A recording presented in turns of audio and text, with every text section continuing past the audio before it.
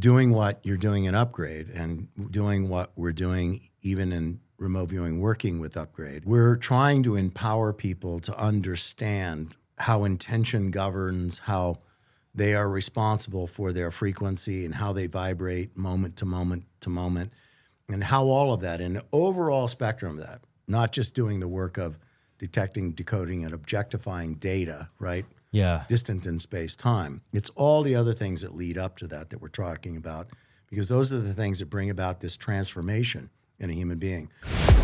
You have wondered what you would be able to do if you were the ultimate version of you, right?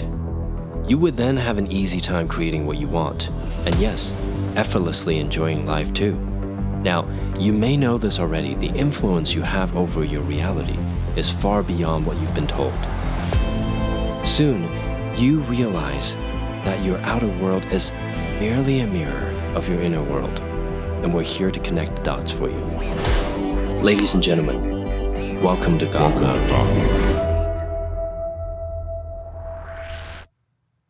Welcome to God Mode. We have a very, very special guest here with us today, David Morehouse. Now, it's not our first time being here together in God Mode, but it's our first time being here in person for God Mode. Yeah. And I think David's smiling because he knows I'm about to ask him some very strange questions. And I'm very grateful that David's here to join us at the studio today and that we get to explore 3 different parts of our conversation. But right now in part 1, what I want to explore is why David stopped teaching what he was teaching when it comes to remote viewing and the knowledge surrounding it and beyond. And also what he did after he stopped teaching, and then why he decided to start again. And the great news is he's going to be doing it on our Upgrade platform to help us upgrade humanity. And what David's going to share with you today and in the following episodes, I believe if you were to pay attention, it not only will be a game changer in terms of understanding human capabilities and potential, but also you can begin to understand that you may be able to harness the same tools, same skills, and same resources to empower your life. And let's go. Welcome back, David. Thanks for joining. It's good to be here, as always. Yes, thank you.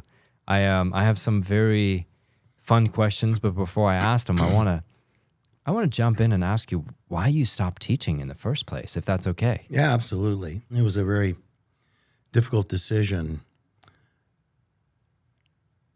When I got out of the Army in 95, I almost immediately started teaching in Europe. Started in the UK, branched into Sweden, then into Norway, then into Germany, Denmark, a couple classes in France, other places. And it was doing very well. I mean, people were kind of on this ascent towards the millennial changeover. So doing something with remote viewing was intriguing to them, and they kind of felt like it empowered that path, that journey toward whatever was going to happen with the millennial change. It was funny, the kinds of questions that would be asked, like, what do I think about the Mayan calendar and those things? And my take on that was always I just think they ran out of rock. Chiseling away, you run out of rock and go, that's it for now, folks. And but that's how I see the world often. But when I started teaching in the U.S., I didn't start teaching until 2000. No particular reason. I mean, I was just kind of living in Sweden and then come back and go back and live in Sweden for a while. I had some friends there. I stayed there with them. And nice air quality. Yeah. Get a little depressive, people. It is very much a different kind of society there. Younger people, different, but older people, very reclusive and not happy if somebody gets on the tram and says hi and how are you doing? They kind of crumple the tops down on their bags and give you a harumph and look out the window. They're not communicative in that way. I loved the country and I loved the people, and in Norway as well. and Denmark. I mean, there wasn't a place I didn't like teaching foreign students. It was fun. And we taught extremely large volume, huge classes. And then in 2000, I started teaching in the U.S., and I was doing it at places like, Kier Paulo hadn't started yet, as I recall, but the Omega Institute, the Crossings in Austin, Texas, and then there were lots of other places. And these were institutions that had been around for decades as kind of spiritual campuses where they brought in, I mean, these are places like the Omega Institute, that's Deepak was there, Thich Nhat Hanh, John Kabat-Zinn, Ram Dass, everybody would be there. And then there was me, in there as like this former Army guy, special operations officer. And these are individuals that, have come out of academia and been great spiritual teachers and experimenters for decades. But the classes were still large, like 500 students large, that kind of thing. I taught a class in Yelm, Washington that was 3,600 students in one sitting, which was enormous. I mean, you've been through coordinate remote viewing, so you understand. You know how much paper is used just in one session for one person. They were bringing paper in on pallets with a forklift and dropping them so everybody could go over and grab a stack of paper. It was bizarre. So things were, looking good. And I did a study because that's what I do. And I looked around trying to determine where are all the places around the world that operate like these institutions do that I could actually go to teach there, because they advertise. They do the advertising and they put you in their catalog. They sell the seats and then you are paid your fee to go there to do the teaching. But they have all of their admin support that are there. It's convenient. It's an easy way to teach, yes. And so things were going along fine until September 11th, 2001. And when that happened... this is important context, everyone. Listen up. When that happened, the world changed. I understood the impact of that. And I happened to be, because I spent 20 years in the Army, I understood what this kind of a conflict meant, or this kind of a war meant. And I understood what we were gearing up to do. And I understood what that meant. And I also understood it was an insurgency. And I also understood what it takes to even sustain in an insurgency. It's 10-to-1 ratio. So 10-to-1 ratio, it means for every enemy combatant, you have to have 10 conventional combat force soldiers on the ground for every one. And the problem in an insurgency is you kill a brother and now 5 other brothers join the insurgency. So you can never keep up with the numbers increases. You fight in a place that's tribal. You fight in a place where everybody is related to somebody in that tribe. You kill somebody in that tribe, whether by accident or even if they're an enemy combatant. And 5 more or 10 more will now join the fight. So it's a lose situation, because we're going to keep killing them, but they're going to keep standing up more fighters for us to have to kill, and who can kill our young men and women. Wow. So it's a huge tragedy, and we make these mistakes. Like we knew that Alexander the Great had eventually got his butt kicked there and left. So there's one empire down. We know that the British Empire lost its rear end there, and it left with all of its power and resources and money. We knew that the Soviets were there, and were there for a very long time, and that they eventually gave up and left. So when they say graveyard of empires, they mean that, but we just don't pay attention to these things. We were, the whole country was running around now after the attacks, and people made small fortunes selling plastic American flags to fly out of your car windows and other things, which to me just became this superficial act of maybe, I understand the show of patriotism, but what I also understood was that this was a vindictive, revenge-based, and even the administration, sort of fostered that. We're going to go over there and we're going to take care of this. I spoke 2 weeks after the attacks. I spoke at a conference. No reason to tell you the name of the conference, but there were 1,800 people in this conference, and I stood up on the stage after I'd been introduced, and I told the audience, I said, I'm sorry, but I am not prepared to talk to you about what I was asked to talk to you about, which I could see the promoters out of the corner of my eye were like, oh my God, what's he going to do now? And they had microphone stands set up out in the aisles so that people could come up and ask questions. And I said, what I want to do now, given what's happened, is you all know my background, so I'm just going to open up the floor to questions. But I'm not going to talk about what you asked me to come here to talk about, because it was meaningless in the context of what was going on in just the fabric of American society at that particular point. So the gist of the questions came up with, what do you think about us going to Afghanistan? What do you think about us, do you think that's enough, just sending over special operations troops or special forces? Don't you think we should be doing something more severe than that? Don't you think it should be escalated in a different way than that? And my take on that to these people was to say no. And I said, in fact, even sending soldiers over there on the ground for any reason is a big mistake. If you want to eliminate the people who pulled this together and did it, we certainly have the capability of doing that. I mean, we have enough sources to be able to identify where those people are, and we certainly have the technology to put a hellfire down through the roof of a building that they're in and kill them. We have that ability. But what you fail to understand is that if you put American soldiers, sailors, airmen, Marines, right, on the ground over there, that 2 years from now, when some of the sting of what's happened here has begun to wear off, and it will, trust me, when you're on with your lives and worrying about other things, and this is, you're not going to be flying plastic flags off the back of your windows, anymore, because you won't.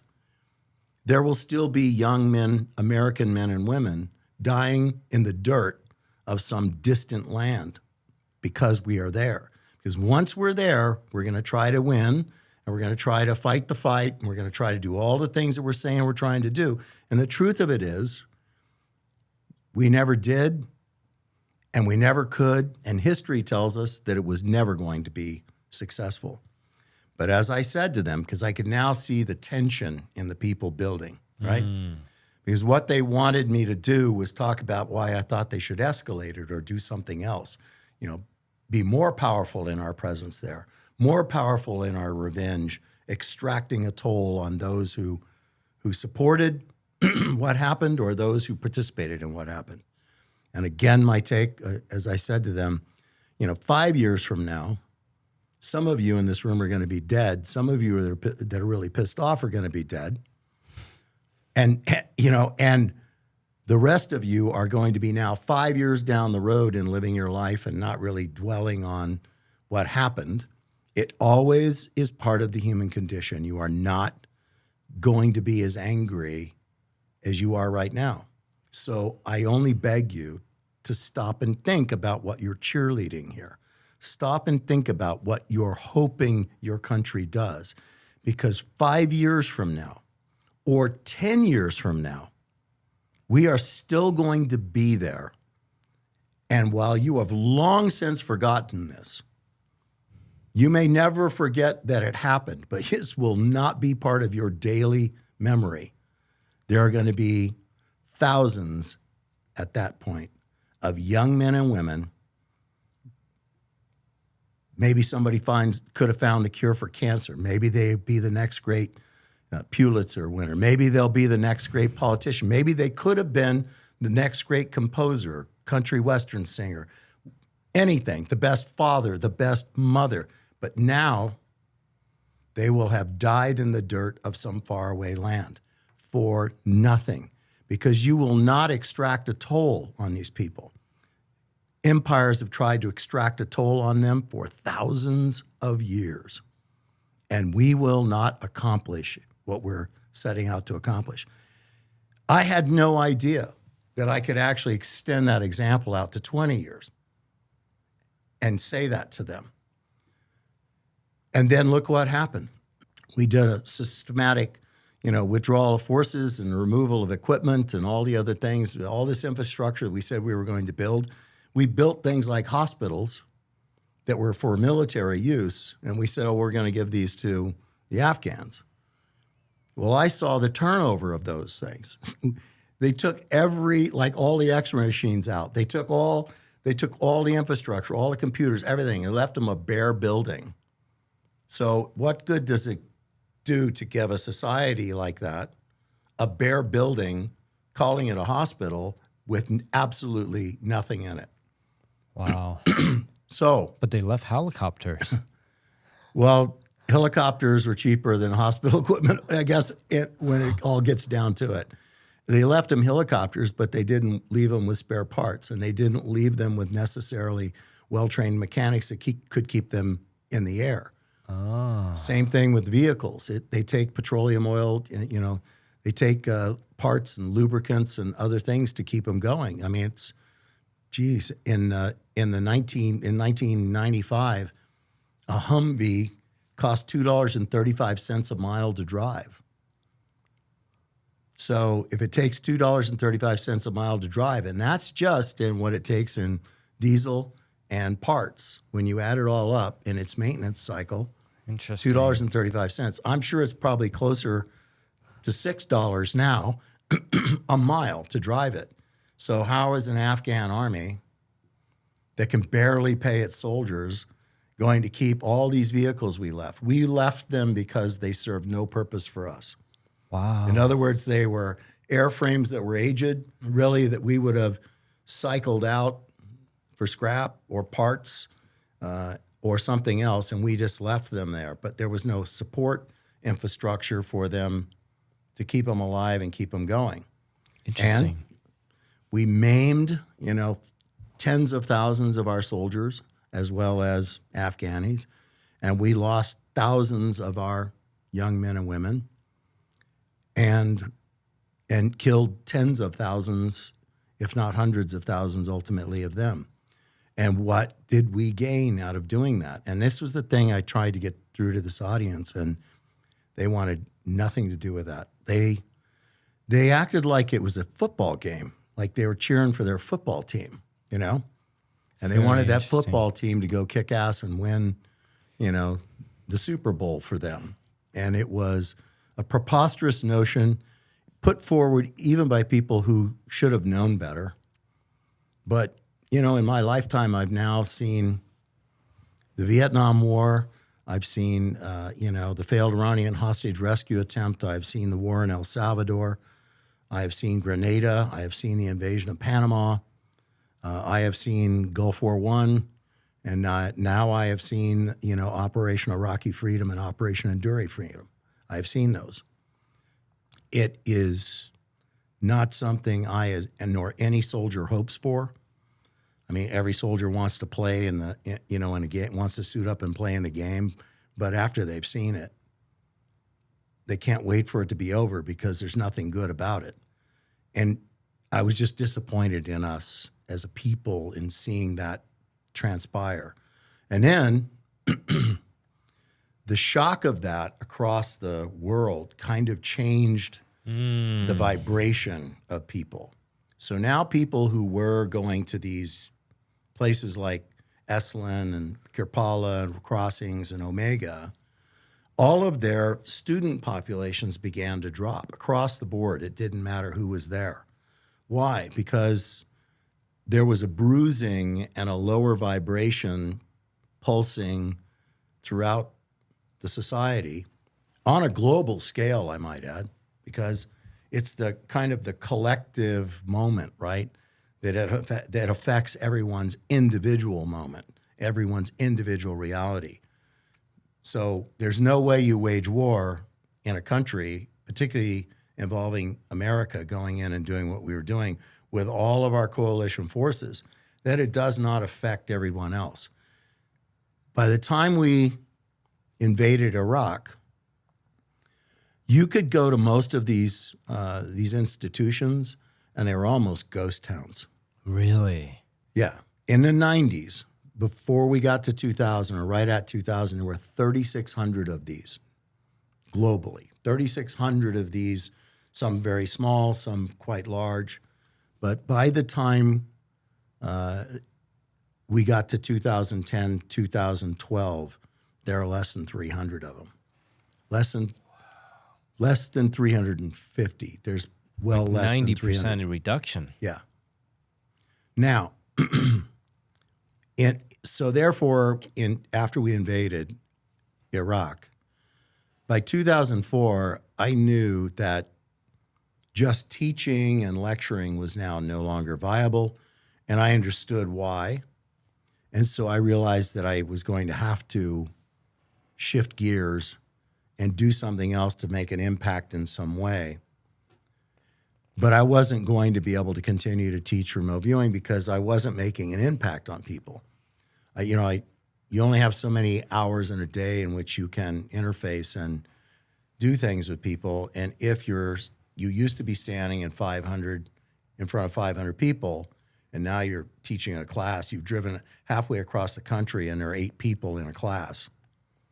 You're at that point, the writing on the wall for me was very clear. We are at such a low vibration now in dealing with war on 2 fronts that I have to find something to do. And what I found to do was, at first, people will be disappointed in this, I'm sure. I thought I would go, because a couple of my students came out of private military corporations, which was where a lot of special operations soldiers, when they left, Marine Corps, Navy, SEALs, and Rangers, et cetera, when they left the military, were being picked up by these private military corporations. Of course, the most notorious was Blackwater, but these were private military corporations, small little private armies, and the government was happy to use them because the government didn't have to, they paid them a flat rate. Now the rate was high. They were paying them like $1,250 a day, right, to do this stuff. So they were high rates, but the government didn't have to train them.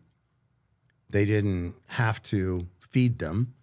They didn't necessarily have to house them. They certainly didn't have to pay them servicemen's group life insurance. They also didn't have to, pay them retirement for their time in any of these PMCs. Yeah. So you understand the overall cost to them. They didn't have to take care of their dependents, their families. Makes sense. House them, provide medical care to them, all of that. The PMC took care of that all on their own. Of course, if they were wounded, they would be medevaced into a military hospital. So and your flown class away. got smaller because of that. What got smaller? Your class got smaller, or? It got smaller everywhere, and my classes were affected as well. Got it. It wasn't that they didn't want to learn remote viewing, it's that people weren't interested at all at that particular point in time in any kind of personal development pursuit or spiritual pursuit. Across the obviously board. a few people did, but Yeah. not on the levels that were sustainable and not on the levels you needed in order to keep going as a teacher or a trainer of those things. So these institutions that we talked about started closing down. The crossings in Austin, Texas, Did you, if you don't mind me interjecting, because there was an institute that I think you had trained some people to help run, because there's a famous institute called Monroe Institute that I believe one of your students or someone that you know had a hand in running it or something. Is that right?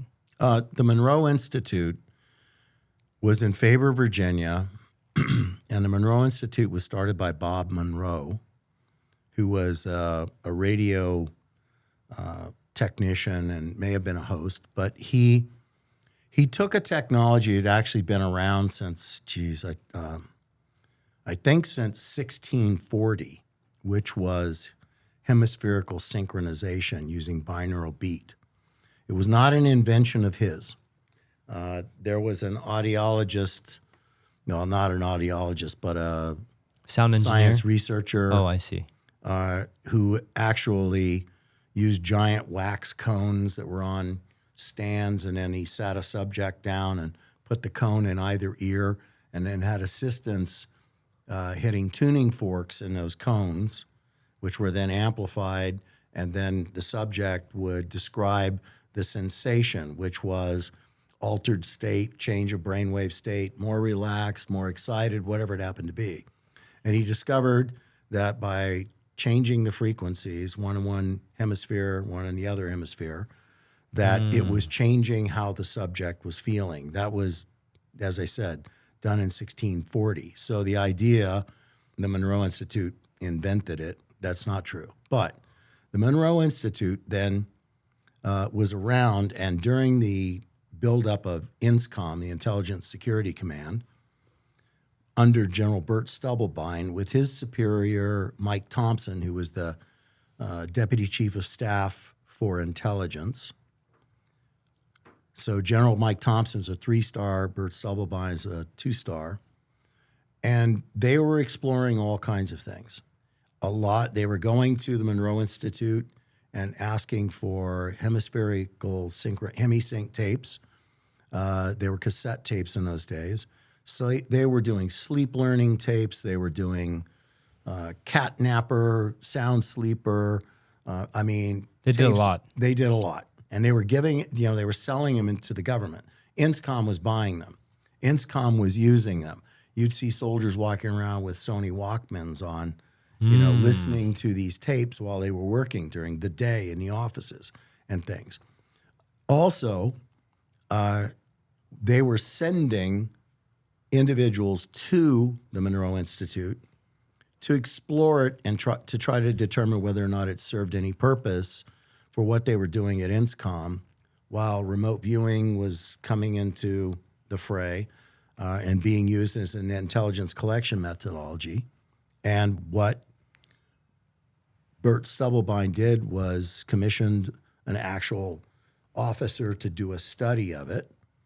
And the study really was kind of nebulous, just explained everything that they were doing, which was just a regurgitation of other metaphysical science and theories. And then what happened was the CIA stepped in and said, absolutely no way. It has nothing to do with remote viewing. It serves no purpose for us. They do not have security clearances. And no, don't. So just cut it out. Don't keep doing it. Why the government got interested in this and had this connection is two guys, Joe McMonigal, who was in the remote viewing unit that I served in, and Skip Atwater, who was in the remote viewing unit that I served in. Skip was trained in remote viewing, as I understand, but he was a monitor and an operations officer, much like Ed Dames. And Joe McMonigal was viewer number 1. But the first guy to ever do a remote viewing session for the U.S. government was Mel Riley as viewer number 003. Interesting. So Joe McMonigal goes to the Monroe Institute. What brought him there, I'm not sure, but he falls in love with Monroe's daughter and marries her.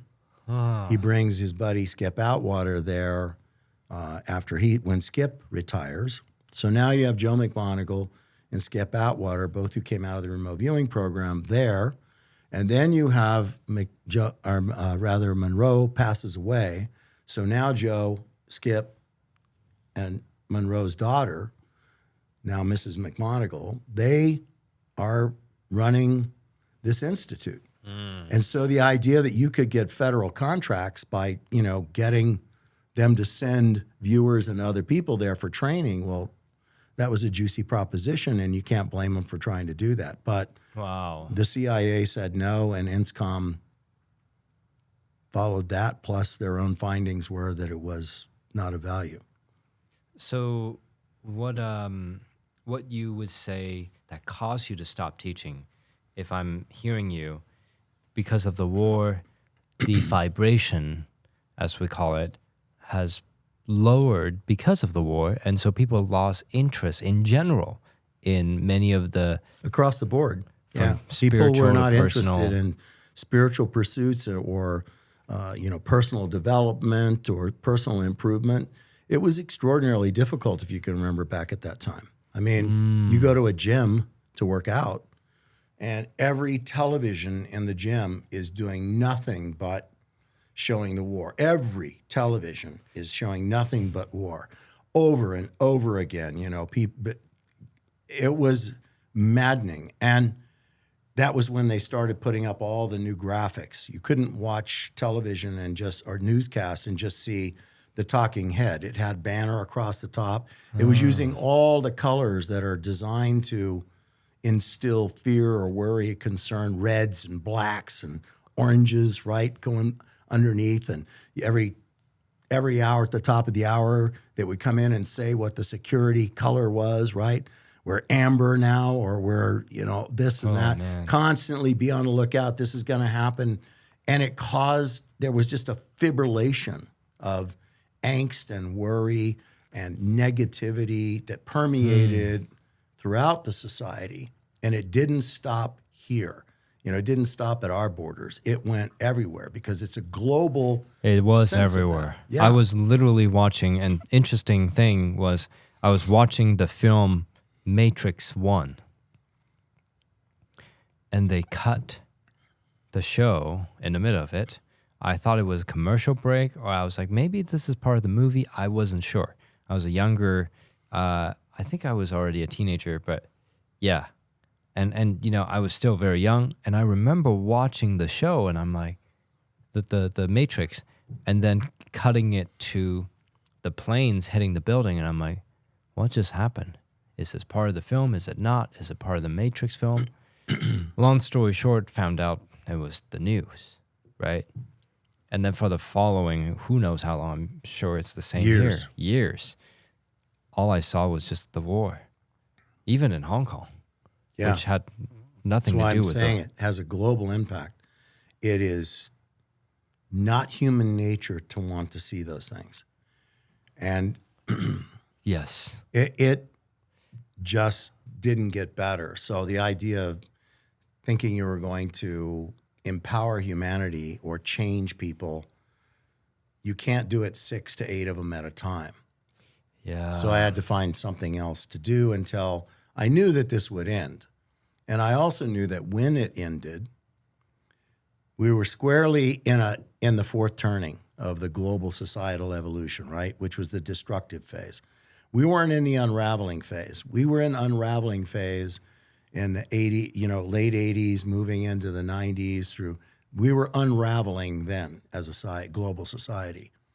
But we certainly were now in a destructive phase. And if you understand that if you wonder what that comes from, Strauss and Howe, their book, The Fourth Turning, and they've continued the theory further. I distill it down much simpler than how they actually present it, because I think all the archetypes and things that may or may not be so, but certainly the global society's turnings, in my opinion, just looking back over history, are accurate. So what they're doing is they're saying that, every 35 years or so, society cycles out of the destructive phase of the global societal evolution into a rebuilding phase and into a sustainment phase, right? Into an unraveling phase, another destructive phase. We keep cycling through that. Now, those are kind of fuzzy measurements of time because they can be protracted or contracted. And it all depends on the intention of the society, the vibration of the society, the desire of the society for change or for the continuance of the vibration or the frequency that it is in. We have been in a very long destructive phase now. interesting how society does this curve, right? Up and down, up and down. That sounds like the hero's journey. Sounds like humanity has been running the hero's journey. I mean, we see it in every entertainment, Sure. every literature, practically everywhere we go, even our own lives. But the hero's journey are those so praised to be, well, this is how you become a hero. I realize how much programming that would do that's negative, because in order to succeed, if someone were to buy into the hero's journey, in order to succeed, they have to have that destructive phase. They have to have that suffering, that pain, before they can become great. Now, I'm not saying that there's no such thing as pain and all that, right? But sometimes people create that for themselves. Oh, of course they do. And when you start to understand the whole premise of this, that it's a fuzzy measurement, which means the destructive phase may be 5 years as opposed to 45 years. Yeah. So doing what you're doing in Upgrade and doing what we're doing even in remote viewing, working with Upgrade, we're trying to empower people to understand how intention governs, how they are responsible for their frequency and how they vibrate moment to moment to moment, and how all of that, and the overall spectrum of that, not just doing the work of detecting, decoding, and objectifying data, right? Yeah. Distant in space-time. It's all the other things that lead up to that we're talking about, because those are the things that bring about this transformation in a human being, where they truly understand their omnipotence, their omniscience, their omnipresence, their eternal nature. And when you're empowering individuals with that, and when you're empowering them with all of the things you're installing in Upgrade, it creates powerful human beings that can affect change. And powerful human beings that can affect change, so many of yours and mine are now touching thousands of people every day, maybe tens of thousands of people every day. And that means that they're installing like ideologies into those people, just through their example, through their training, through their confidence, through their awareness, through their growth, their personal growth. And that was the objective in this all along, both for you and for me. But when the world was fibrillating as it was, I knew that I wasn't going to pick up a weapon again. I wasn't going to pick up a weapon. So what I did do was get together with some friends, and we formed a medical training company, because in this war, for the first time in the history of U.S. soldiers, we gave them medical devices in an individual first aid kit. So they had to be trained how to use them. And so that opened up a whole new brand of medicine called operational medicine, which was actions at the point of wounding on the battlefield, or tactical combat casualty care. And the military didn't have time to train in it. They did not have the time. So it falls on you guys. It fell on us as private contractors to do it. Because the military's operational tempo, it means how fast they are spinning up with all of the mandatory training that they have to do before they deploy to war.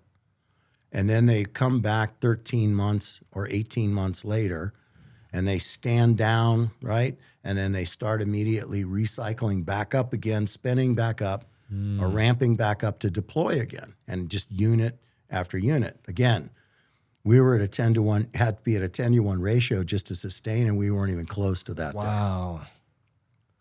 Man, so much happened during that period of time. And so that made sense where you got off teaching, because you were observing a trend that you weren't just going to fight. You were, I think that was incredibly I was going smart. to teach people to save lives.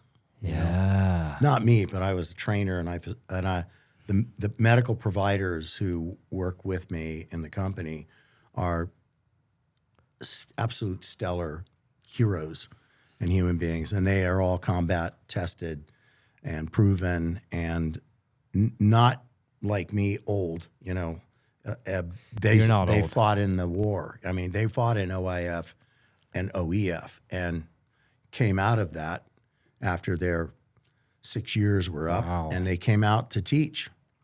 to teach young Marines how to stay alive and how to keep their buddies alive, and how to save enemy combatants as well, which they did. By the way, I never said thank you for your service. I'd do it again for free. That's I powerful. mean, look at me. I mean that. Best years of my life.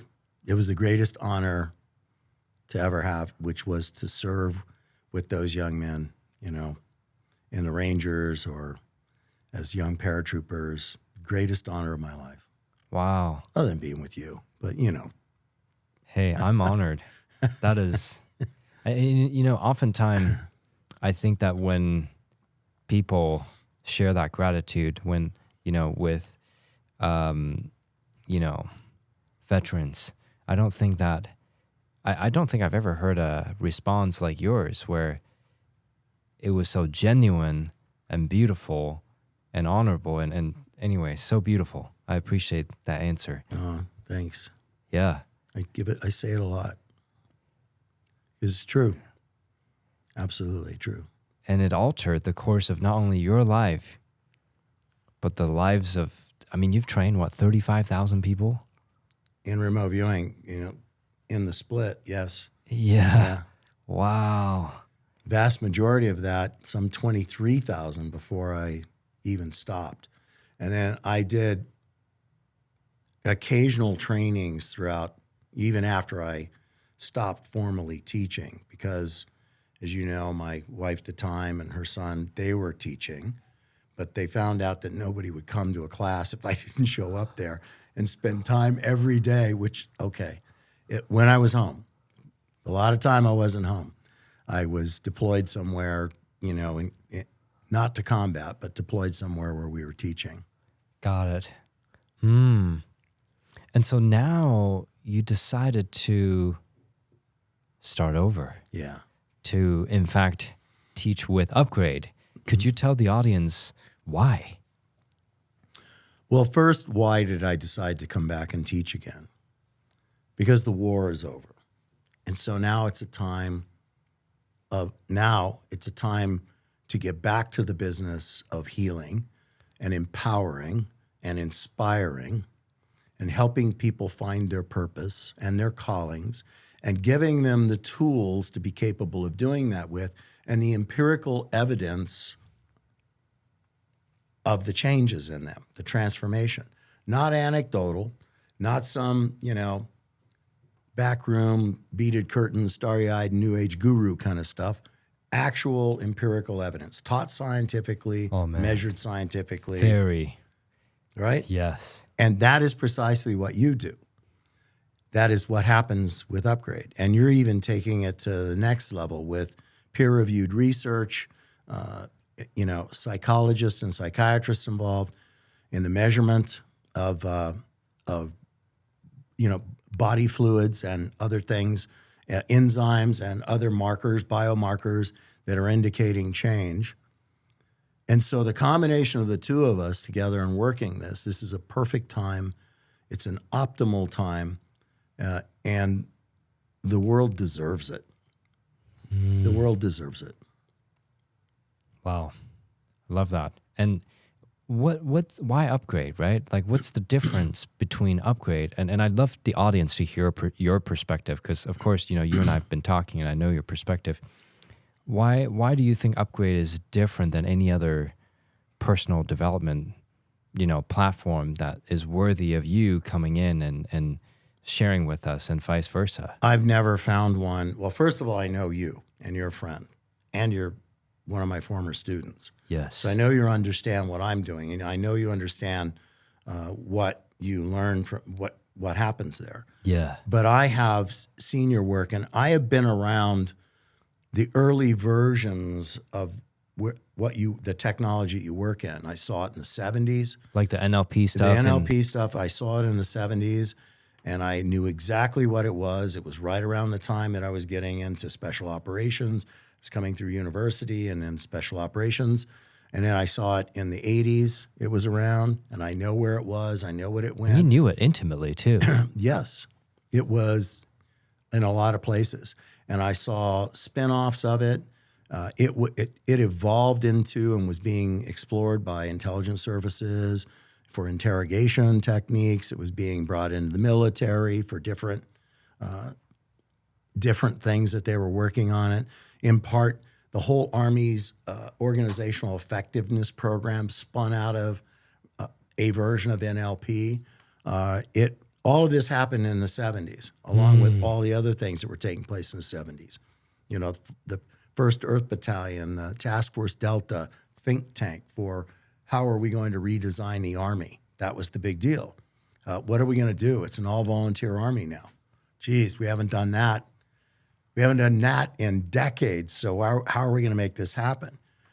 And then OE comes in, you have NLP comes in, you have, the Boyd cycle shows up because they're measuring, this Captain Boyd, who was an Air Force fighter pilot, never lost an air-to-air engagement. They wanted to know how that happened. How was he able to do that in Korea and Vietnam? And things are coming out of it like I'm able to see what my opponent does before my opponent does it. And by seeing that, sensing it at the speed of human thought, I position my aircraft, and when I pull the trigger, he flies into it. And so that became the Boyd cycle, which was to observe, orient, decide, and act. Or now they call it the OTA loop. And if you Google it, there'll probably be 250 million websites that have got that on there, some version of it. It came from an Air Force fighter pilot. Mm-hmm. He came up with the OTA loop, and they taught it, and they were trying to teach it to other pilots. There were just things that, we now know that he was doing that other pilots, if you aren't taught that piece of it, which is you have to believe that you're capable of doing it. And secondly, you have to be able to understand what it means to be consciously flying an aircraft, but at the same time, having your subconscious anticipating and seeing what the enemy is going to do. You can't watch what they do and then do it because now you're reacting. Mm-hmm. So the observe part was an observation made in the unconscious mind. And then the conscious mind orienting to that. It's a predictive observation. Absolutely. Sort of what you teach. So that's why, I know what you teach. I've looked at your training, and I know how far above it is not even comparable to what was there. To anything behind you, it's not there.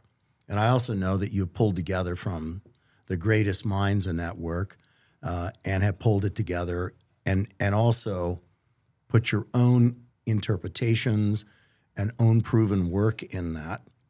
And I also know what the long-term objective is, which is to change the world.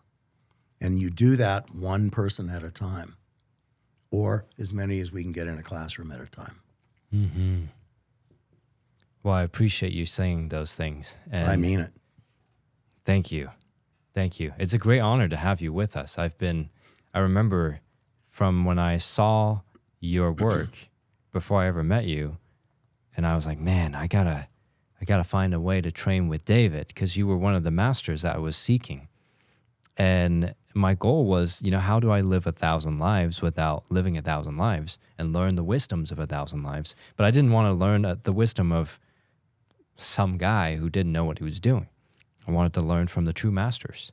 And so you were one of the persons that I saw that I was like, I've got to meet David. And then not too long after that, actually, maybe it was like a year or so, I saw an email came through from you teaching a course. And I don't always check my email, and especially now. But that aspect of your life I want to adopt in some way because somehow I can't, it consumes a large portion of my time every day. Yeah, it's it definitely wasn't always that way. And back then I was daily checking by the hour. And when your email came through, I think it was sometime in the night, and I saw that, I already had my credit card out. And I was like, I'm buying this now, right? So I believe I was the first one to have signed it. That was my former wife and her son. I was just a guest appearance in that, remember? Yes, I remember. At that point, I wasn't even part of the company. Wow. They They incorporated it using my name, but they were the two people. Anyway, that's another story. But it's really, it's lucky that I ended up showing up there because, yeah. And it was in Toronto in the middle of winter. And I was like, I really don't want to go there, but I will go there for David. It was a good class. So there were we had a big mathematician in there. He had a co-author of the Iceland papers, the physics of consciousness. Yeah, it was a good class. There were really smart people in there. Yeah, I really enjoyed it. Including you. Yeah, so. Thank you. It was a game changer for us, for both myself and my wife. She went with me, right? And it was absolutely game changer. And what we learned, we continue to apply. And, I remember getting specific downloads that previously would have been interpreted as just simply an imagined thought or flashes of who knows what. But then I was able to identify that as, this is data from the training. So I was able to identify the thoughts away from real data and real data away from noise.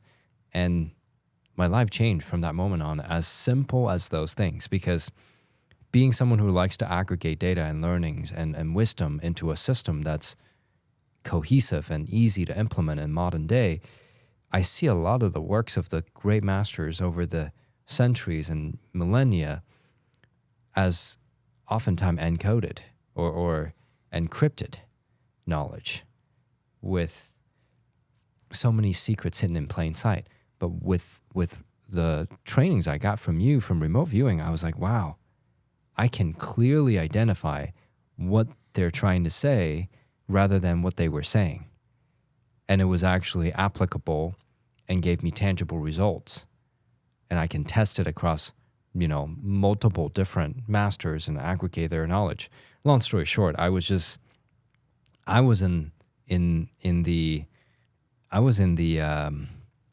under the pursuit of finding the best masters of the world. And when I met you, I was like, David's different. He cares. It's not just that you know knowledge, but you care. And you actually care about humanity, because a lot of people say they care, but they not so much. But you really do care. And I was like, wow, this is different. I need to find a way to invite him, right? And that was just the beginning of, me creating the upgrade mission. And here we are. Yeah, here we are. Here we are. Exciting times. Indeed. Now, I think that the weird questions I'm going to ask, I'm going to leave for the next episode, because okay. Yeah, they're weird, I think. I'm sensing they're weird. It's coming into my head. No, I'm just kidding. we got to share with the audience how we found each other, and what's really important is where you stopped teaching and you taught 35,000 people. The audience can only imagine what that's like. Yeah. I mean, actually, I don't think most people can even imagine how that's like. But if they were to be able to imagine 35,000 people, half the Super Bowl. but not in one day, right? It's several decades of that. Yeah. So now, between stopping and then now restarting, and then you're restarting with us, where we're adding accelerants, we're adding certain components that upgrade someone's operating system, and then what you're going to do is you're going to plug them into the internet. I'm speaking somewhat metaphorically, but it's a perfect explanation. It's a perfect example of it. Yeah. I'm excited to go to the next episode. Into the holographic matrix field. Get ready, audience. We're gonna speak more on this on the next episode. We'll see you really soon.